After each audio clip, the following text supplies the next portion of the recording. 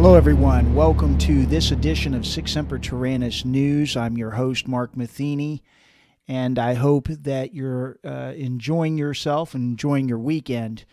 The thing is, we have to be aware tonight. I want to talk about the impending food shortages that are now being reported, not just by the alternative news agencies and things, but also from the mainstream media. And so tonight, you see, I got a couple beers with me. It's a weekend, so I'm enjoying myself. So I'm going to move that out of the way. If you're watching, be sure to press the like button, like, share, and subscribe to my channel. We've got to get ready for possible food shortages that are coming. There are looming food shortages, and they are stating this in New York Post and in several different news agencies and alternative news media as well. So, and we know that there's a combination of factors that have contributed to this. Obviously, we had a lot of in the last couple years, and so that is contributing to it. A lot of supply chain shortages, and now also there is the escalation taking place in the Ukraine between Russia and the Ukraine, and indirectly with the United States and the NATO countries and so on. So we're going to talk a little bit about that, and hopefully the show there's some lagging in the system. If it seems to go on too long, then I may have to end the program, but I'm hoping that I don't have to. But occasionally it seems like whenever I'm doing shows on YouTube, we just have really bad lagging problems, and I don't know if it's due to YouTube purposely doing it or what, because I have enough memory on my computer and everything that it shouldn't really have lags in the system, but it still does sometimes. But my point is, tonight I wanted to come on to talk about this looming food shortages because food prices are already starting to skyrocket. Anybody who eats knows this, right? We know that there are looming food shortages. For example, a lot of this is coming from the inflation as well. The inflation is due to this current rogue regime pushing all of the dollar printing. They're just printing and printing and printing money. There's several reports of this. The Fed is printing to bulk up the stock market, and they're just pushing all of this money. And then the Biden administration recently is wanting to do another bill for like $5.8 trillion. And most of that money is not going to go to help this economic conundrum that we're in, but instead this money is going to be used to further the climate change agenda, the Great Reset agenda, and things of that nature. And so that's what we're going to talk about in part tonight. And this is not a conspiracy theory, people. This is a reality. They say it in their own reports. They just had a World Global Summit in Abu Dhabi. And this is all verified fact. So YouTube, they don't block me because we're not giving out any theories here. This is all fact. There was a World Global Summit that took place recently in Abu Dhabi, and they said, "Are we ready for the New World Order?" This was a quote. And they stated that they are going to do away with the current financial system and bring in a digital system. So that is all contributing to now these looming food shortages. And so I want to go into that a little bit. But the New York Post is showing that we have runaway government spending going on. And some of it is from the supply chain issues, like I stated, But there's a new problem, and that is the government officials seem to be making things worse and not better. And some people would say, well, why would they want to do that? Well, again, if you look at the agenda that these global governments seem to be doing, is they seem to be taking advantages of crisis, the crises that are developing. We had a crisis start in 2020. We know what that was. I'm not going to name it. And now we have this other crisis looming in Eurasia between the Ukraine and Russia. And so a lot of the problem is we have shortages of food and fertilizer now that's brought about by this Russian invasion of Ukraine. And so you have sanctions being put on Russia by the West, and this is causing problems. And even Joe Biden stated that the sanctions that are being put on Russia, he said, are not only affecting Russia, but it's going to affect the West. It's going to affect the United States. It's going to affect Europe. And indeed, we're seeing that. And Ukraine is a major wheat producer. And so we're seeing that this war developing in Ukraine is going to contribute to a de-escalation of planting and harvesting. And Russia is also a major grower of wheat as well. But you've got sanctions and war that's preventing the exporting of most of the food from those areas. And incidentally, Russia is also a major manufacturer of fertilizer. So that is going to contribute problems to us as well, because it is the world's largest producer of fertilizer. And we have our administration putting severe sanctions on Russia. And I believe as a result, we are going to see backlash from that. And China is second on that list. They are the second largest producers of fertilizer. So this is another reason that we're going to have problems. China is aligned with Russia, and we've seen reports where China and Russia have become more and more cozy over time. In the recent times, they've been doing military exercises together and things of this nature. So we're seeing that as well. And they're becoming more and more unfriendly toward the United States and the West. And the United States is becoming more increasingly hostile to them. So this is all making for bigger problems that are going to contribute to food shortages. And that's one of the big things I want to talk about tonight.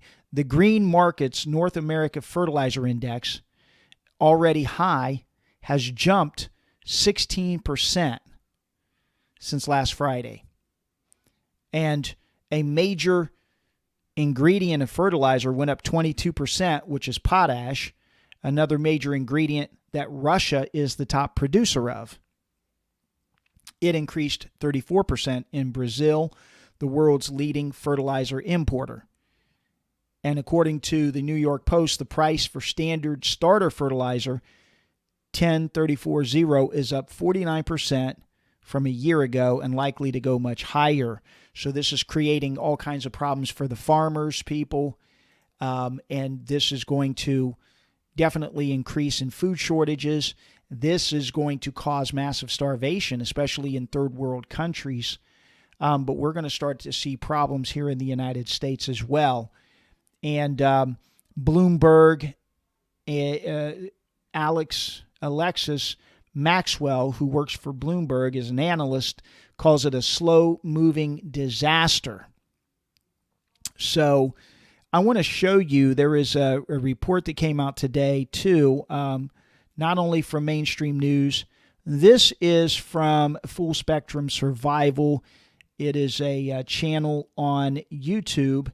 He talks about how things are going south and how 26 million people are now without food and no more wheat supplies and so on. So I'm going to play just a little bit of that. It's a long video, but I'm not going to play it all. But I want to play a portion of it to show you how dire things are becoming and how serious things are becoming, and the need for people to start to take this into consideration and start preparing.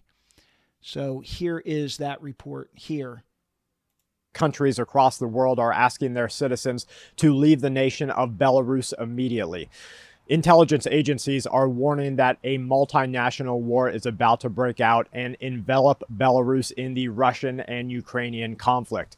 Boris Johnson was meeting with Zelensky, and we have seen multiple reasons to believe that there is going to be a wider push for the westernization of this war front against Russia. The Pentagon has warned that there are more than 100,000 American troops in Europe at this moment, backing up NATO and ready to confront Russia. Russia is mobilizing 60,000 reservists to join the war in Ukraine. 2 Hellenic Air Force F-4E Phantoms are reported to be escorting USAF B-52Hs that have been assigned to the 69th Expeditionary Bomb Squadron at the the RAF Fairfield.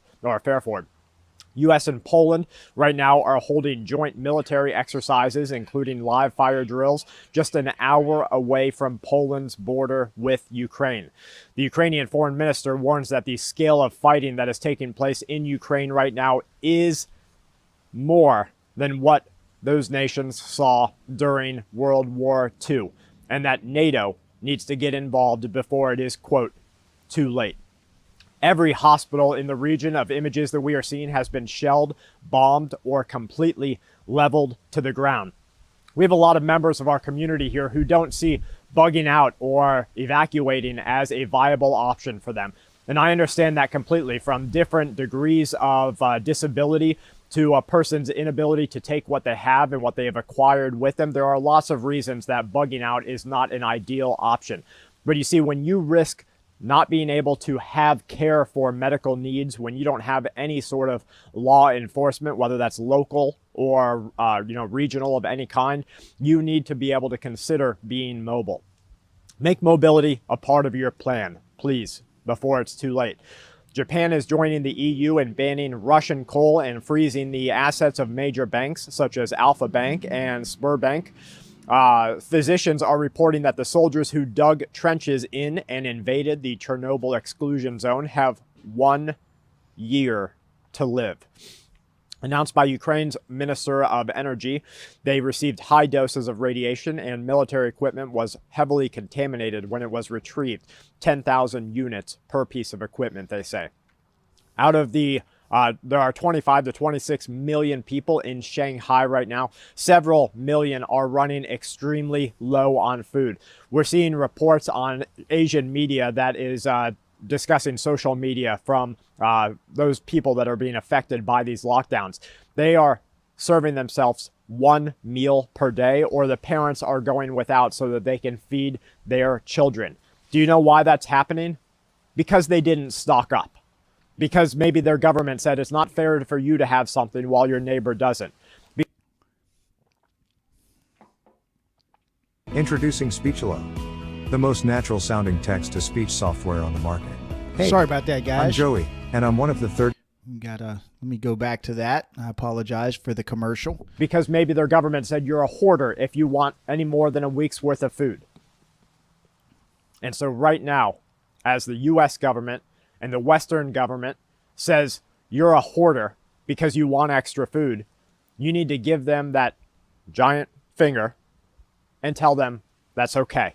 And you go to the store and you buy 50 pounds of rice. Remember, it's $20 at a place like Sam's Club. That $20 of rice is giving you 80,000 calories.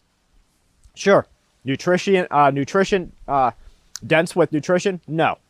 Going to keep your family alive? Yes. Get canned food, canned vegetables, canned tomatoes, canned fruit, whatever you can, and add it to that. Doing that will make it so that you aren't having only 1 meal a day or skipping 1 meal so that you can feed somebody else. Urgent action, they say, is needed to restore delivery operations. because China right Now- now is continuing. Before we go further, I want to show you something about that. He's saying, hey, get canned food, get what you can get, right? Store rice and so on. And those are all good ideas. You can go to Home Depot, get you the 5-gallon buckets. You can put the rice in there. You can seal that.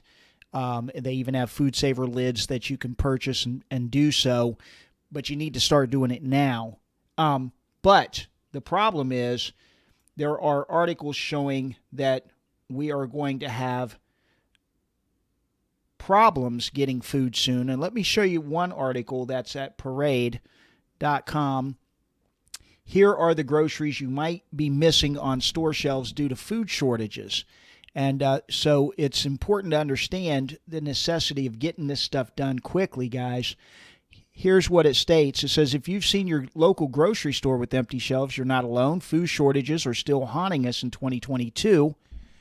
It's saying on March 24th, 2022, President Biden warned of food shortages due to the Russian invasion of Ukraine. He said it's going to be real.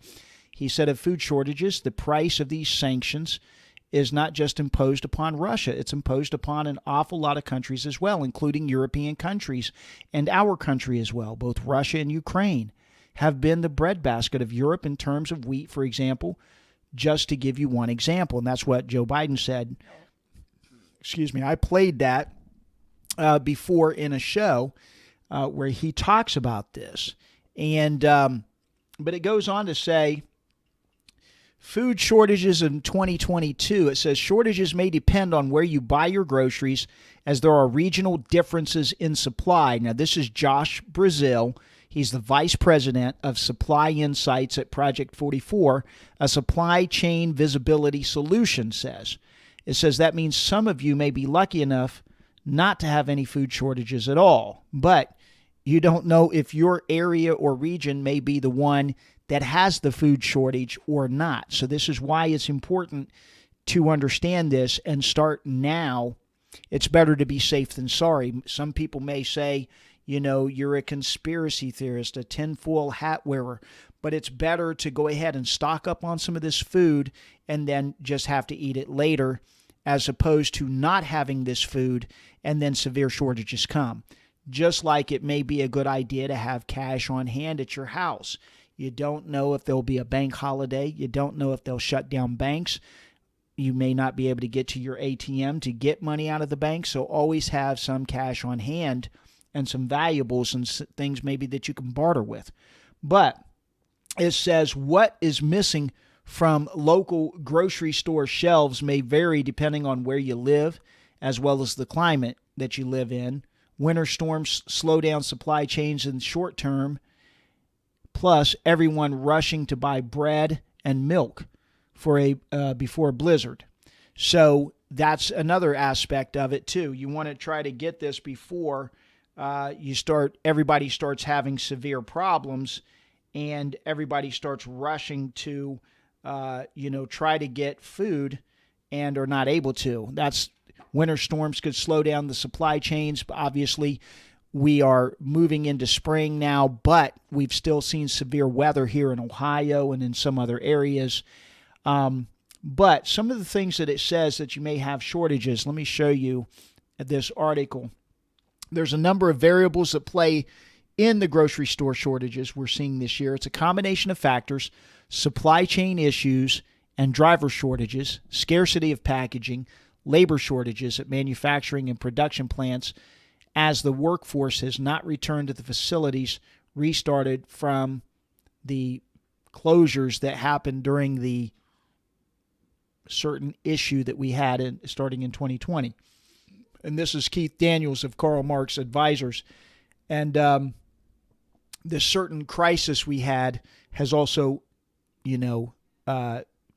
contributed to that, let's say. So a lot of people not showing up for work because of a certain illness, because they're sick, and so on. I'm not going to talk about that. Here's a picture of an empty shelf. Now, a lot of people have been seeing that, and on Facebook, there is actually, I am signed up to a site that shows empty shelves. People can report food shortages in their area and their sectors. It's right on YouTube or on Facebook. But meat shortages, beef and poultry, are also a big issue.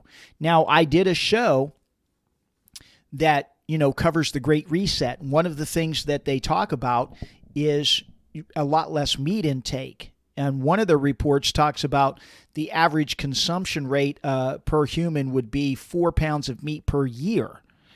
Some people eat 4 pounds of meat per day right now.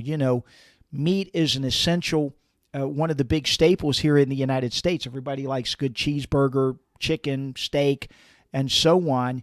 And so a lot of people are eating that. But according to the World Economic Forum and Klaus Schwab, one of the big things they want to do is get rid of meat intake, or at least reduce it to like 98%. And so we see the likes of Bill Gates purchasing severe amounts of farmland. We see BlackRock, another big organization, buying up lots of these industries. It's because they are pushing that agenda. This is not a conspiracy theory. You can go right at the World Economic Forum, and they'll tell you by 2030 you will have nothing and you will own nothing and you will be happy, right? But meat shortages. Daniel says that the meat and poultry are in short supply in many supermarkets. This is due to several factors, with manufacturing plant labor shortages causing a lot of the issues. Beef will likely see the most shortages because of work in beef plants is more labor intensive. And that was from Food Business News. Also, dairy may be in short supply this year. You people, if you're watching this, think about what I'm showing you right now. I'm not a guru. I'm not a magician. I'm just going on the news and showing you the results of this. But there is a reason behind this. We're going from one crisis to another. We heard recently that our own government stated, many officials in the White House and in military positions have stated that this conflict going on in Ukraine and Russia may go on for decades. And we know that the Afghanistan war went on for 20 years, more than 20 years. So you got to remember, Rahm Emanuel said, never let a serious crisis go to waste, because you can often do things that you normally thought you wouldn't be able to do.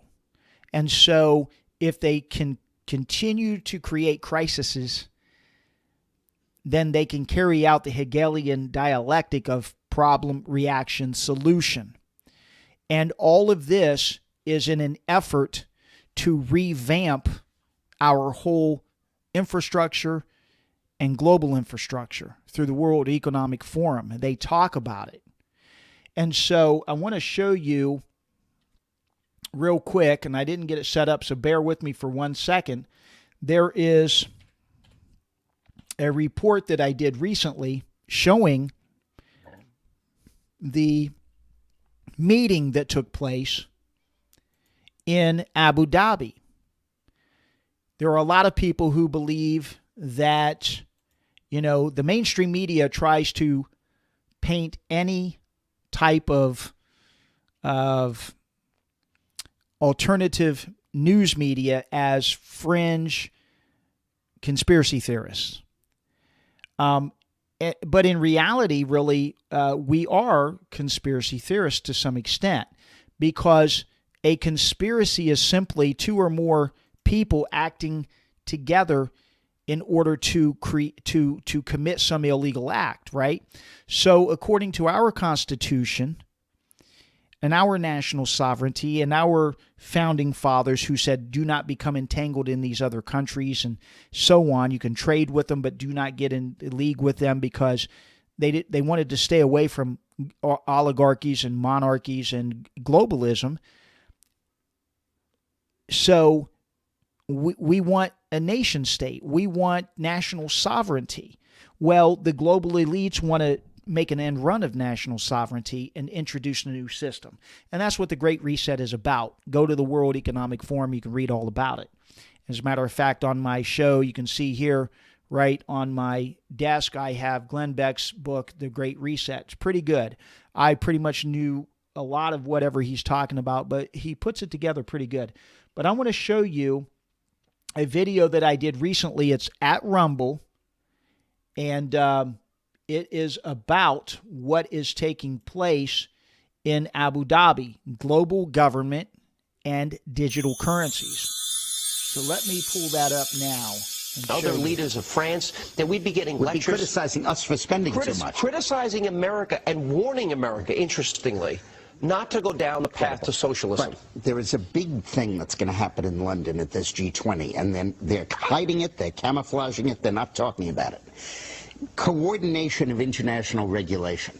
What they are going to do is to put our Fed and our SEC under the control, in effect, of the IMF. Oh, come on. They're You going believe to they'll do this? That's what was in the draft agenda. They call it coordination of regulation. What it really is putting the American economy under international regulation. Yeah. And those people who have been yelling, oh, the UN's going to take over global Conspiracy government. theorists. They've been crazy, but now they're right. Yeah, well, when Geithner said he would be open to the idea of a global currency last week, yeah. Those conspiracy people had said and suggested that for years. Right. You're not wrong. You're not wrong. And you know, it's what they always do at these conferences is they have the center show is here, and the side show they don't want you to pay attention to. Right. The center show is the size of the stimulus packages. The real show is international regulation of the financial institutions, which is going to happen under the IMF control. And remember, the IMF is run by Europeans, the World Bank by Americans. DickMorris.com. The video report you're about to watch should be a wake-up call to every American and every citizen around the world. Behind the scenes, in events that are taking place that are not being shown on mainstream media, shaking events are taking place. I've been talking about this for 14 years, the push for global government, the emergence of a new world order, digital currencies, and total technocracy, a one world government. Here's the report. Highnesses, Excellencies, ladies and gentlemen, a very, very good morning on what is the first official day of World Government Summit here at Dubai Expo 2020. And the title of this session, are we ready for a new world order? Well, the organizers here are nothing if not ambitious. This is, I think you will agree, a daunting subject for discussion at just after 9 a.m. on a Wednesday morning here in the relative calm of Expo 2020. But tackle it we must, because I believe what is clear is that we have hit an inflection point. And so I think we have to go deeper, and it's not about the U.S. versus China. It's about what underpins a world order is always the financial system. I was brought up with a kind of inside view of how very important the financial structure is to absolutely everything else. And what we're seeing in the world today, I think, is we are on the brink of a dramatic change where we are about to, and I'll say this boldly, we're about to abandon the traditional system of money and accounting and introduce a new one. And the new one, the new accounting, is what we call blockchain. It means digital. It means having a almost perfect record of every single transaction that happens in the economy, which will give us far greater clarity over what's going on. It also raises huge dangers in terms of the balance of power between states and citizens. In my opinion, we're going to need a digital constitution of human rights if we're going to have digital money. But also, this new money will be sovereign in nature. Most people think that digital money is crypto and private, but what I see are superpowers introducing digital currency. The Chinese were the first. The US is on the brink, I think, of moving in the same direction. The Europeans have committed to that as well.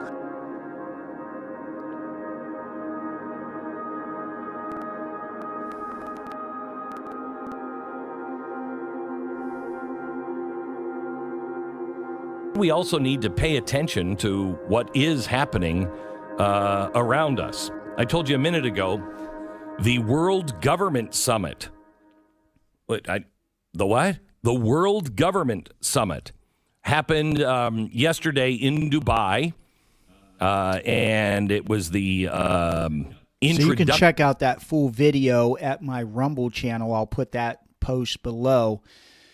The whole thing is, people, a lot of this stuff is all in coordinated effort. So, we're seeing this escalation in Europe, and I have discussed it in videos previously. Zbigniew Brzezinski talked about the domination of Eurasia in his book, The Grand Chessboard. You've got to understand that. So right now, he states in his book, The Grand Chessboard, that whoever dominates Eurasia becomes the great superpower. We see the United States attempting to collapse Russia and balkanize it, basically break it up. This is discussed in his book, The Grand Chessboard. And as a result, we're starting to see dramatic food shortages. And so that's what we're talking about tonight. Dairy, according to Parade.com, dairy is also going to be in short supply this year. It says a combination of expensive crops to feed livestock and chickens combined with high transportation costs and shortages of packaging materials, especially plastics, may cause dairy shortages at the local supermarket. In addition to material shortages, labor shortages may also impact grocery shelves in terms of transportation workers as well as grocery workers to stock the dairy case. As a result, you may have fewer options in terms of your usual purchases of milk and cheese, especially cream, cheese, yogurt, and other dairy items. And the list goes on, people. It talks about egg shortages. Similar to other food shortages we've encountered, COVID-related supply chain issues have interrupted the business side of commercial egg production. Increased expenses, feed, freight, labor costs, supply shortages, government regulations have put a strain on the overall bottom line. And it says, as a result, producers may be reducing flock sizes, stopping shipping to other states, or selling eggs previously sold to consumers to manufacturers who use them as ingredients in other products, reducing eggs available in supermarkets. And that's the thing. If you have a little bit of land, then you can raise your own chickens. You could have your own farm fresh eggs. This is the thing. But they have, over the years programmed humanity here in the United States and a lot of other countries, but mainly here in the United States, to not be reliant upon yourself, to be consumers of everything and have no ability to sustain your own life. So if the power goes out, the food chain shuts down, supply chain issues cause food disruptions, guess what? There are going to be hundreds and thousands of people who die here in the United States as well as in third world countries. It's going to start in the third world countries first because they'll be the most affected. They're already affected daily as it is with food supplies. So when the food supply shortages start to hit hardcore, it will first hit these third world countries, but it will start to come to us.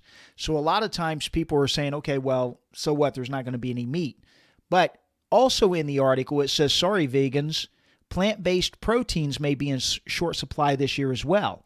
If you thought not eating meat or dairy would spare you from the shortages, sorry to burst your bubble. Rick Williams, practice lead, operations and supply chain of JPG Resources, says that plant-based proteins like, tofu and almond milk and soy-based cheeses and all these things has seen shortages as well, saying that plant-based saw a huge rise in demands as animal meat producers were forced to shut down operations. So one thing always affects another. And so as people jump to newer things to eat, that's going to put a strain on those industries and cause shortages as well. And so we might see shortages of fruits, vegetables, and other goods made with produce items as well. So you got to think, it's not just going to be those particular items that are in short supply, but any byproducts or anything that uses those products to make their products are also going to be in short supply. So they're talking about from crop failures to supply chain issues.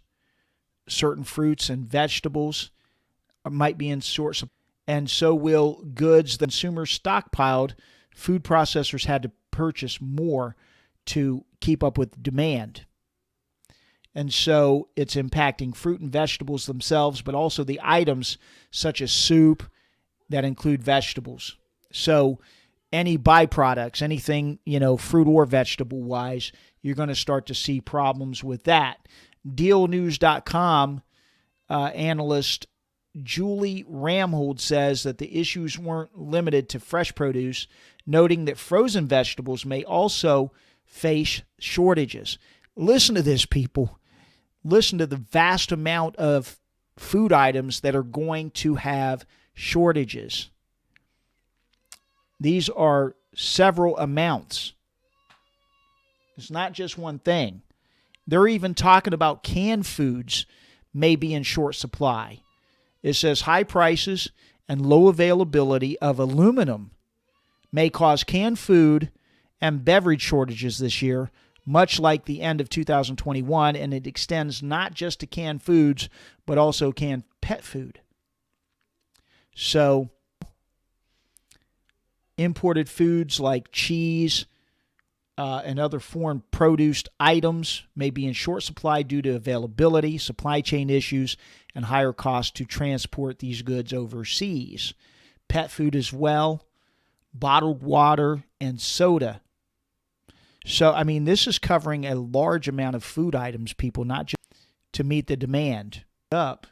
Shortages of bottled. They're also saying toilet paper, paper towels, and other paper goods could face shortages. And so you don't want to go out there and start going crazy and hoarding. But at the same time, it's smart to purchase extra and start stocking.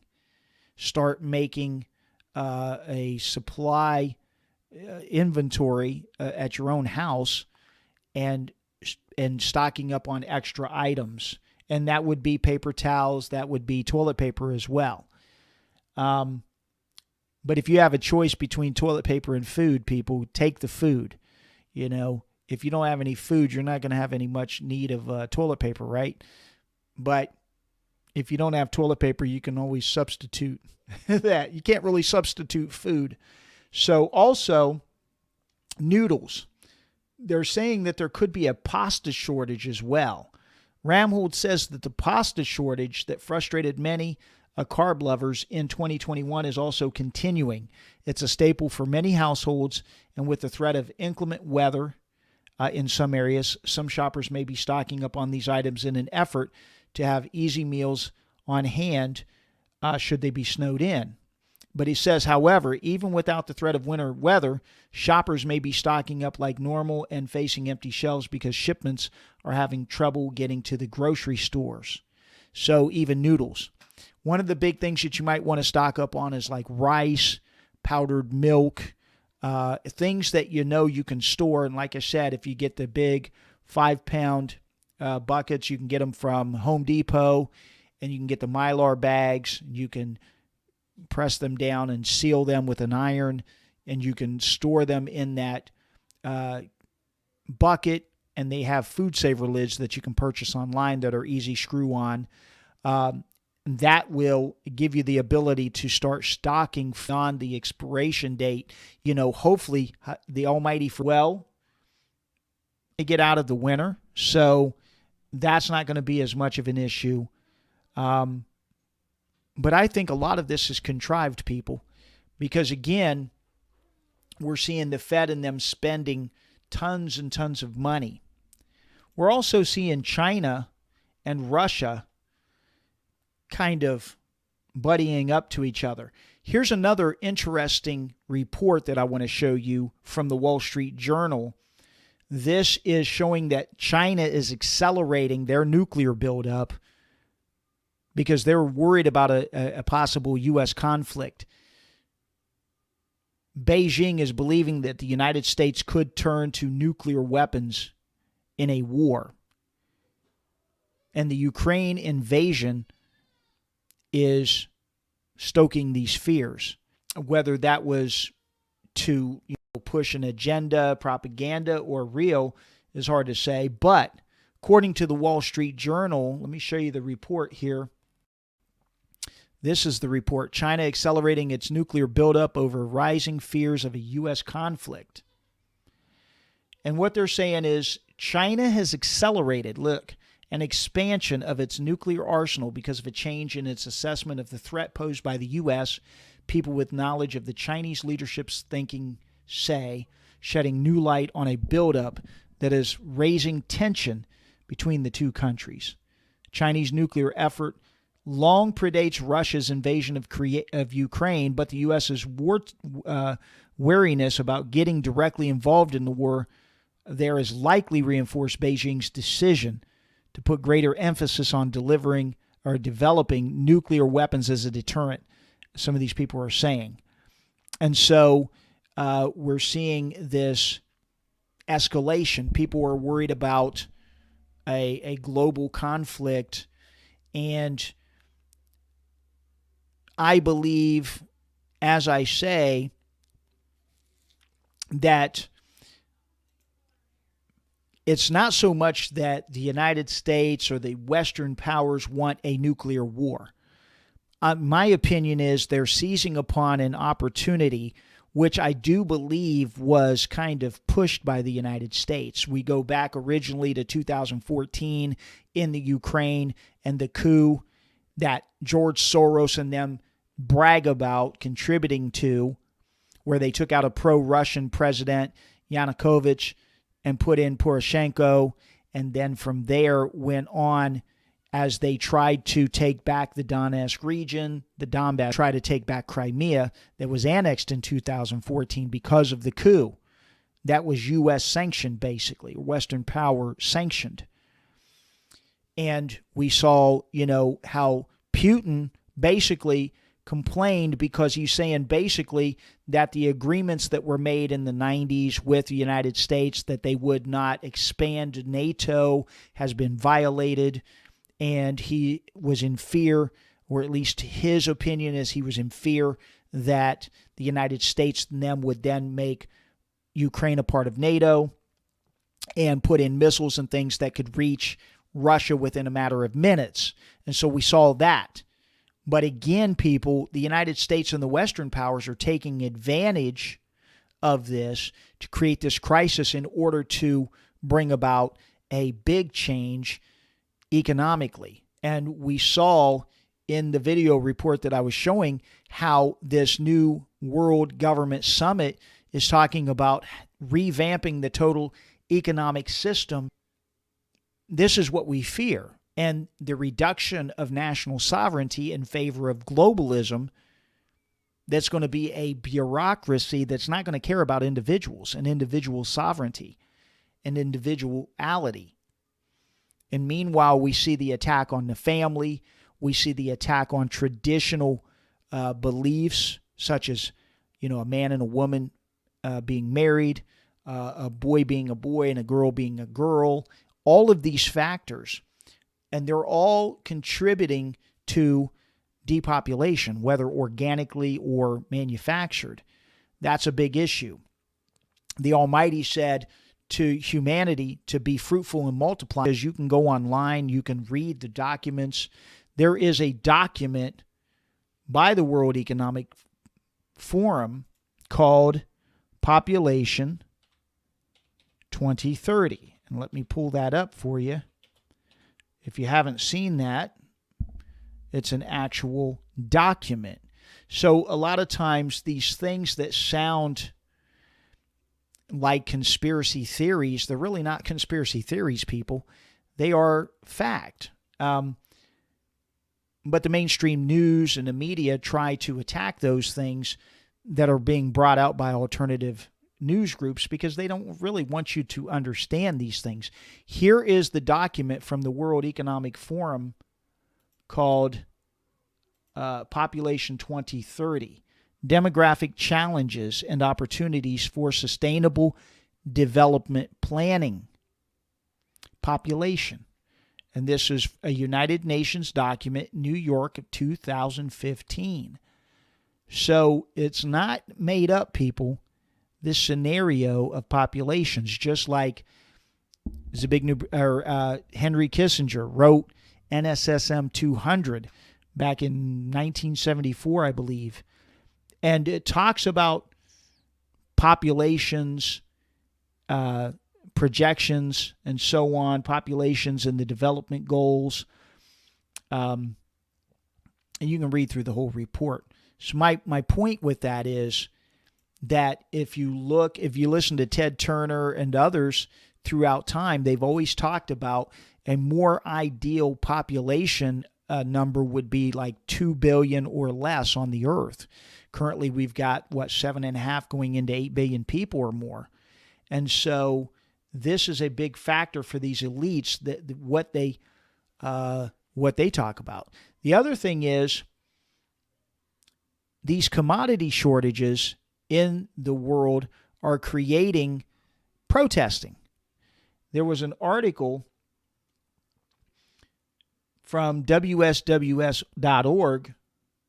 It says global protest movement grows on every continent amid worsening commodity shortages. And so we're going to see that. We're going to see more and more unrest as you start to have food shortages, people.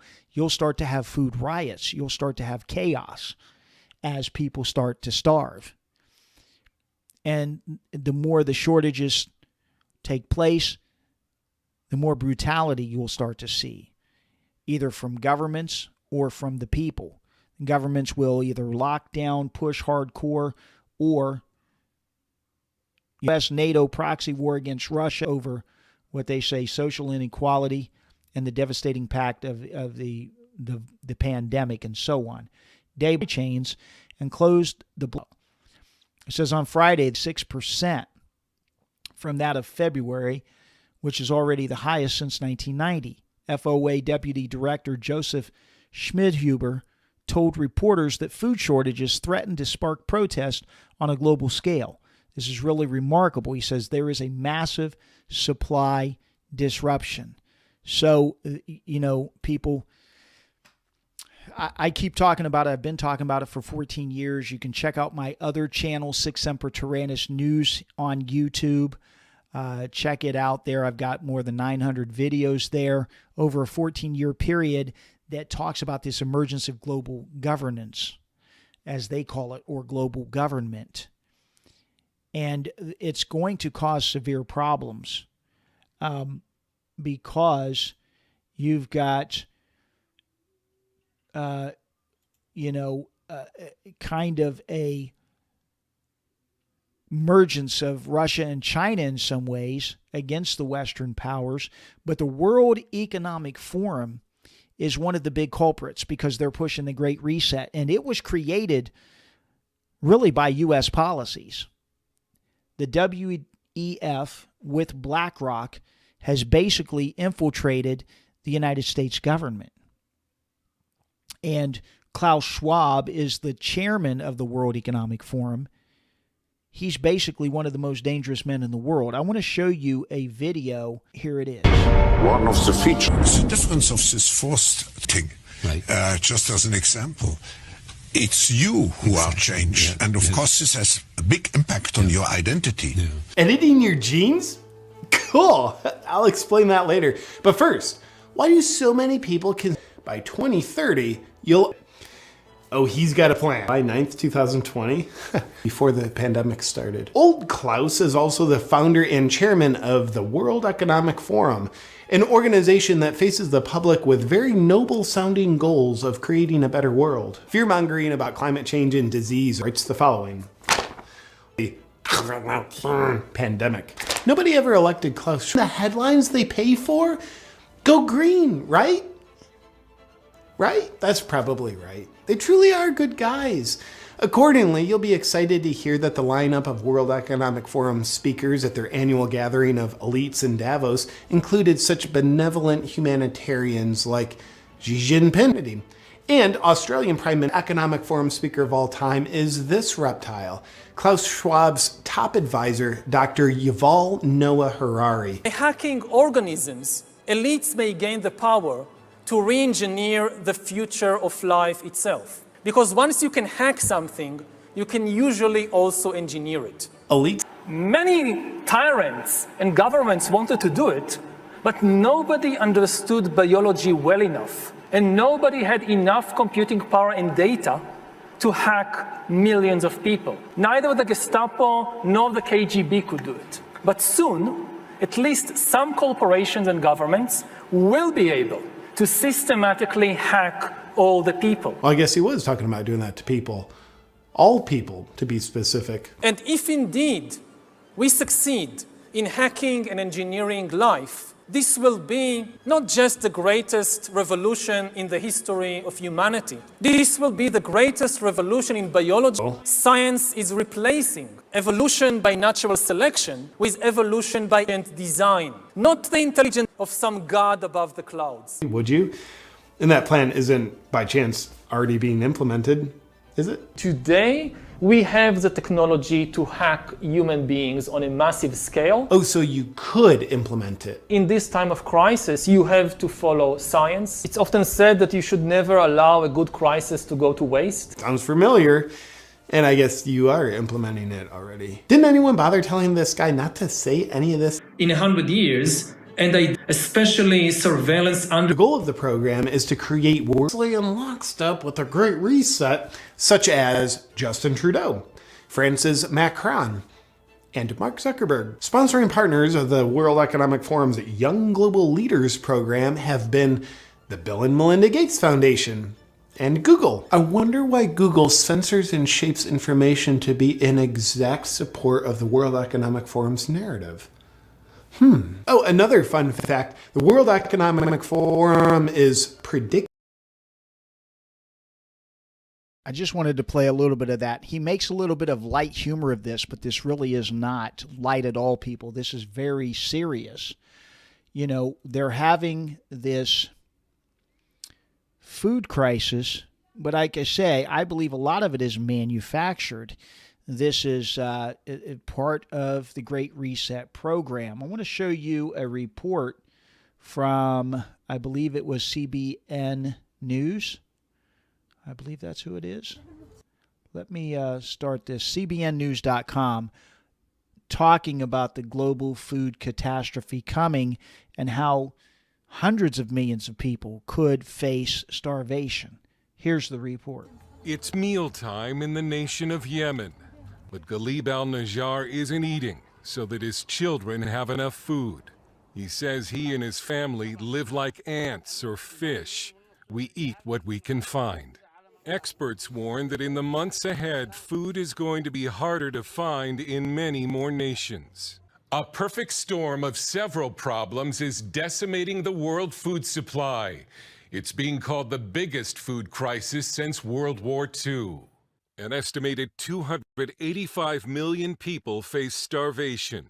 The head of the World Food Program, former South Carolina Governor David Beasley, says the world food supply already faced a catastrophe before the war in Ukraine. We're so short of funds already, and now with Ukraine, we've got 50% rations for people, for example, in Yemen. Niger, 50% rations. Chad, 50% rations. And 50% don't have anything. Those who are in extreme need. In the U.S., Americans have seen food will lead to an increase in malnutrition among America's poor. In the developing world, however, it's become a matter of lifeline by the war, and Russia has banned exports. They've got to be planting again and harvesting again. If they don't, then you're going to have a global supply problem. And the war in Ukraine is only the latest of many problems to hit the world food supply. Food prices were already high from soaring inflation and fuel costs. Fertilizer prices are now 40% higher than a month ago before the invasion. We've never seen these type of increases in fertilizer. You're talking 300-400% increases in a 14-month period. Add to that a drought that damaged this spring's U.S. winter wheat harvest. In China, severe flooding late last year wrecked the wheat harvest and has the communist government trying to buy up as much of the world's supply as possible. And now a growing list of nations have banned agricultural exports to other nations. Reverend Eugene Cho of Bread for the World says the U.S. needs to do more to fight global hunger, asking Congress to approve $3.8 billion in supplemental emergency funding. But let's just talk about Afghanistan. 98% of the population do not have enough food to eat. 98%, 1 million children under the age of 5 could die from malnutrition by the end of this year. Even Africa's wealthiest nation faces a food crisis, according to Nigerian agri-investor Imal Silva, who told us a majority of Nigerians face malnutrition. Those that are most affected are the majority in the lower and middle class, in the society. Those that are living below a particular level of income would feel the pinch, and that's quite a large majority. And Beasley warns the world's food crisis could spiral into a political crisis. You got catastrophe coming to catastrophe, so don't be surprised if you don't see destabilization in several nations over the next 6 to 9 months. Dale Hurd, CBN News. And so people, it's very severe. As these plagues start to happen, I look at it as a plague in a sense. You're going to start to have civil unrest. You're going to start to have food rioting, and then war on a bigger scale, more than likely, because as nations start to run out of supplies, run out of food, they're going to become desperate. And they're going to want to escalate war through invading armies into other countries and so on. So it may not just be Ukraine, but it could be other areas as well. And so we're having that going on.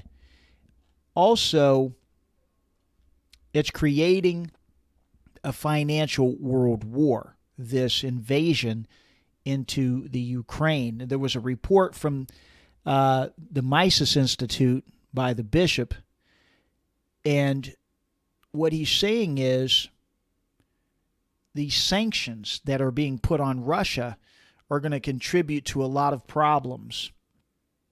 And these measures that we're doing with these sanctions to put pain on Russia oligarchs, a lot of the rich, it's even Putin's daughters and so on, it's going to start to impact us as well. And Joe Biden even talked about it.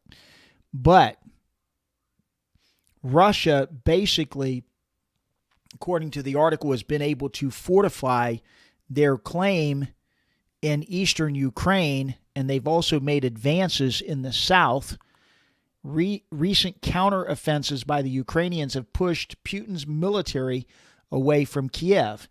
Now, some of the reports that I've done have shown that really the Russians were saying that was their goal in the first place, to send the 40-mile-long convoy down as a distraction so that when the Ukrainians move a lot of their troops around Kiev and some of those surrounding areas, then the Russians would move into the Donbass and secure it. At least that's what the Russian military security minister has said, defense minister, and so on.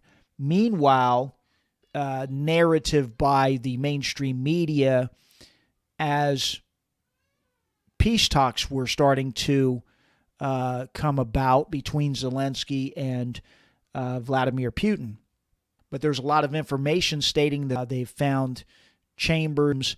There was a woman that they found who had been burned with a swastika into her chest and murdered, and so on.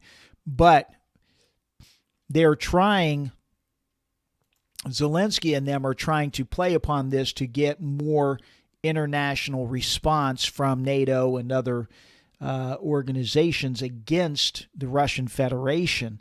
But also, there's been, propaganda that has fueled this narrative that is popular in the United States and in Europe, that Putin has underestimated this war somehow.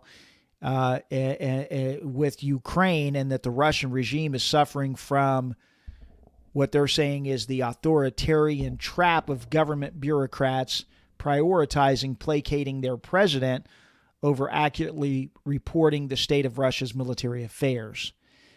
And so some people believe that Russia really isn't doing as good as they thought they were going to do, while others believe what Russia did was a coordinated effort to basically focus on Crimea and the Donbass region only. So, according to this report, it says, while any degree to which Russia's military failures push the country to a ceasefire is a cause of celebration, overestimating Russian weakness could serve to undermine peace negotiations. Hopefully, the U.S. and the NATO's analysis of this conflict is better than it has been in other situations. And it says, Putin's aspirations, however, go well beyond the territorial conquest in former Soviet Union nations. At its core, the aim of the Russian regime is to challenge the post-Cold War order of the unipolar American-dominated global order. So my point is, what I've been saying is, again, we know that the domination of Eurasia is that the arena, that the playing field between China and the United States and the Western powers is Eurasia. But since the 1970s, the dollar has been a vital tool for American global supremacy, the U.S. dollar, as a military weapon. Americans' war on terror not only transformed the Middle East into the main theater of the U.S. foreign policy, but fueled Washington's desire to militarize the American financial sector. What began as debanking al-Qaeda conspirators evolved into the primary tool used against rogue nations such as Iran, North Korea, and in recent years, these tools have been wielded by Western nations against domestic political dissidents. So, you know, the U.S. dollar, people, it's a blessing and a curse to the United States. And if all of these countries drop the U.S. dollar, it's going to become the curse. Back in the 70s, we made agreements with China and all them would buy their junk and they'd buy our debt. But this article goes on to say, in response to Putin's aggression, let me pull this article up so you can see it as I'm reading it. It deployed. While these measures have forced severe financial pain against Russian oligarchs who became used to a certain quality of life outside their homeland, Russia's own counteroffensive is revealing the limits to Washington's favorite weapons. Global demand for Russian energy, food, and other vital were well made. The result has been the value of the ruble returning to its post-war standing and stabilizing a financial sector bearing the brunt of Western sanctions.